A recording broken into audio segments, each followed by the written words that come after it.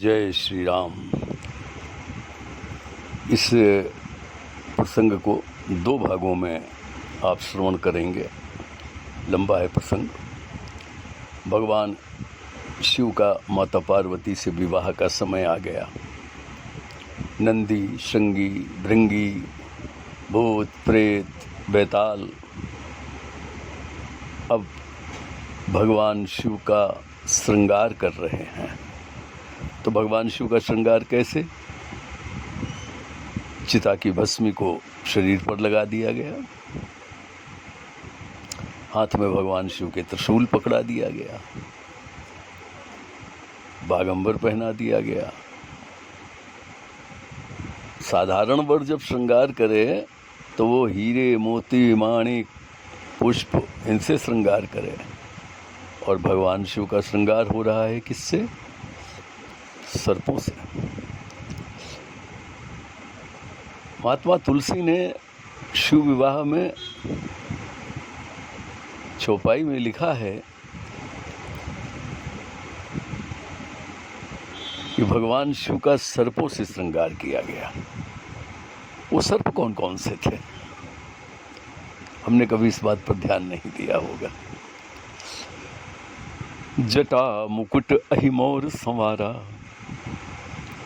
पहला सर्प अहि। अहि नाम के सर्प का मोर लगाया गया।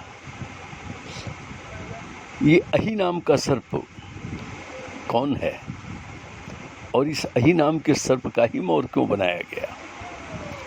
अहि कहते हैं लक्ष्मण को। शेषनाग को अहि भी कहा जाता है, और लक्ष्मण अर्थात शेषनाग हमेशा सर पर रहते हैं। विष्णु के ऊपर हैं शेषनाग, छाया करते हैं। आप विचार कर रहे होंगे कि लक्ष्मण अहि कैसे? अरण्यकांड में प्रसंग को देखिए, उससे मैं प्रमाणित करता हूं। शूर्पनखा रावण की बहिनी, दुष्ट हृदय दारुणी जिमि अहनी, पंचवटी सो गई एक बारा, देख विकल भई युगल कुमारा। संत तुलसीदास ने शूर्पनखा की उपमा अहिनी से की है। शूर्पनखा रावण की बहिनी, दुष्ट हृदय दारुणी जिमि अहिनी। पीछे वो राम के पास में जाती है, कहती है ताते अब तक लहे कुमारी, आप मेरे साथ विवाह कर लो। भगवान श्री राम शूर्पनखा की ओर देखते नहीं। सीतई चिति कही प्रभु बाता। सीता जी की ओर देख के भगवान कहते हैं, शूर्पनखा की तरफ देखा भी नहीं। सीतई चितई कही प्रभु बाता, आगे अहि कुमार मोर लघु भ्राता। भगवान श्री राम कहते हैं तुम अहिनी हो, तो अहिनी को मनुष्य नहीं अहि चाहिए। और अहि कौन है? लक्ष्मण है, हमारा छोटा भाई है, शेष है। अहि कुमार मोर लघु भ्राता। तो इससे ये स्पष्ट हो जाता है कि अहि नाम का सर्प मस्तक पर रहता है। जटा मुकुट अहि मोर समारा।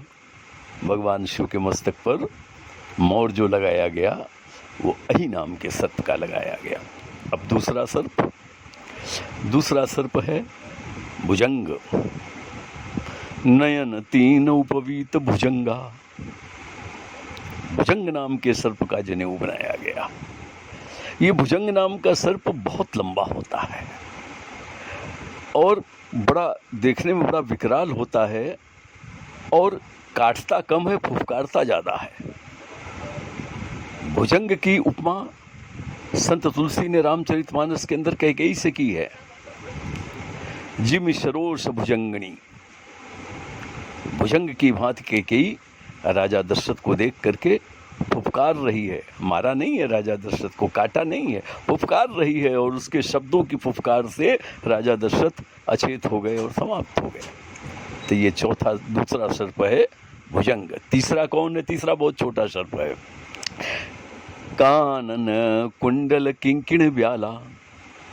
ब्याल नाम के सर्प के कुंडल बनाए गए। कुंडल हमेशा छोटे होते हैं, लेकिन ये छोटा सर्प बहुत विस्तर होता है। सबसे ज़्यादा खतरनाक सर्प ब्याल होता है।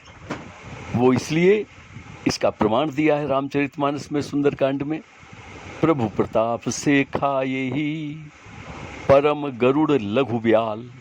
लघु ब्याल बहुत छोटा होता है ब्याल, और यदि भगवान की दया हो तो वो छोटा सा ब्याल भी गरुड़ का भक्षण कर जाए तो ये तीसरा सर्प ब्याल है। ये 3 प्रकार के सर्पों से भगवान शिव का वर के रूप में श्रृंगार किया गया। हम लोगों ने रामायण तो कई बार पढ़ी, इन बातों पे ध्यान नहीं दिया। संत तुलसी का ये चमत्कार है, ये संत तुलसी की ये कल्पना शक्ति है, रचना शक्ति है कि उन्होंने कितना अच्छा वर्णन किया है। पहला अहि है, दूसरा भुजंग है और तीसरा व्याल है। बोलिए शिव भगवान की जय।